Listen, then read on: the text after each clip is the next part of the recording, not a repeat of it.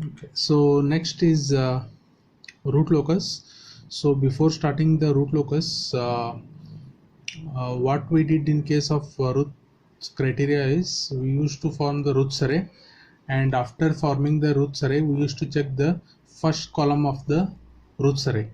If there are any sign changes means we can conclude the system as unstable with those many roots lying in the RHS of S plane. If there is no sign change in the first column means we used to conclude that the system is stable one. But what happens is the closed loop poles move in the S plane if some of the parameters of the system are varied.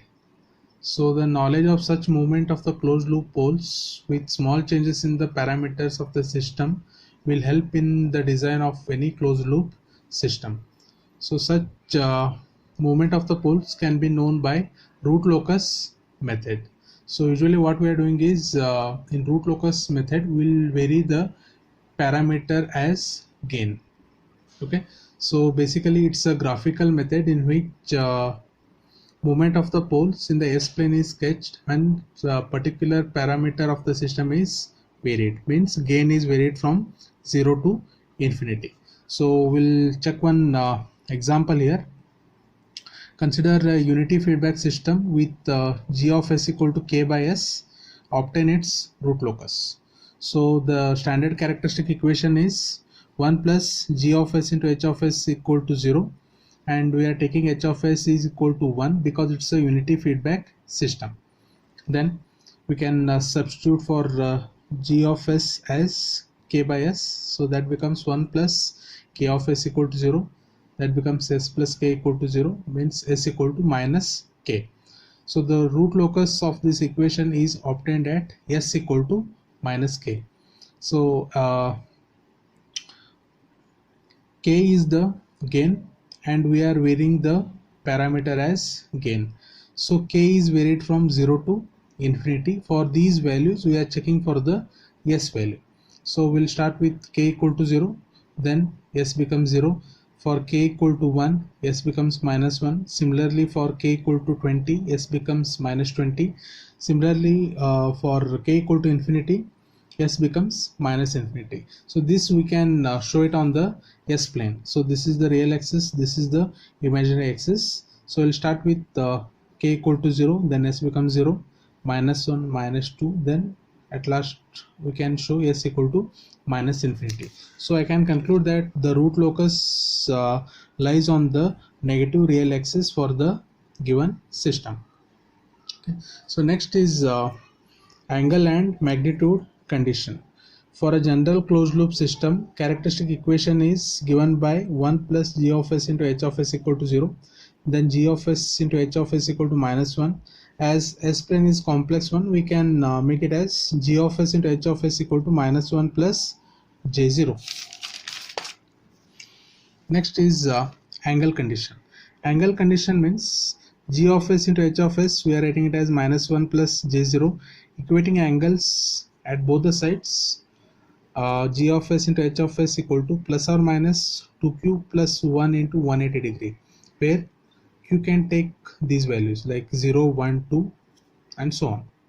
So after calculating, I am supposed to get odd multiples of 180 degree. Then I can conclude that the particular point will lie on the root locus. So next is magnitude condition.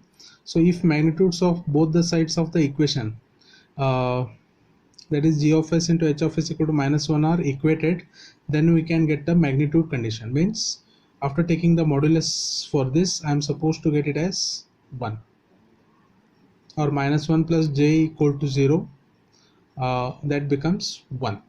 Okay, we'll take one problem on this. Consider the system with g of s into h of s equal to k divided by s into s plus 2 into s plus 4.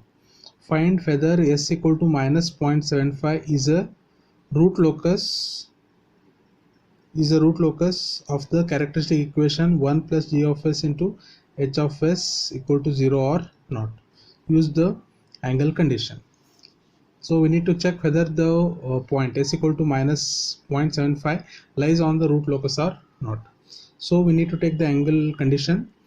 Angle of g of s into h of s at s equal to minus 0.75, that equal to plus or minus 2q plus 1 into 180 degree, where q can take values from 0, 1, 2 and so on. First we'll take the given equation, that is g of s into h of s equal to k divided by s into s plus 2 into s plus 4. Means now what we need to do is we need to substitute for s as minus 0.75 because we are interested in this value. So substitute for s as minus 0.75.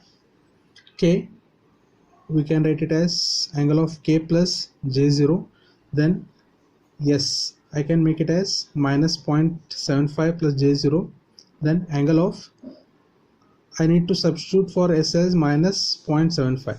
So s minus 0.75 plus 2, that becomes angle of 1.25 plus j0. Then similarly at this point s means minus 0.75 plus 4, that becomes 3.25 plus j0. Next we need to convert these into polar form and we need to consider the angles here.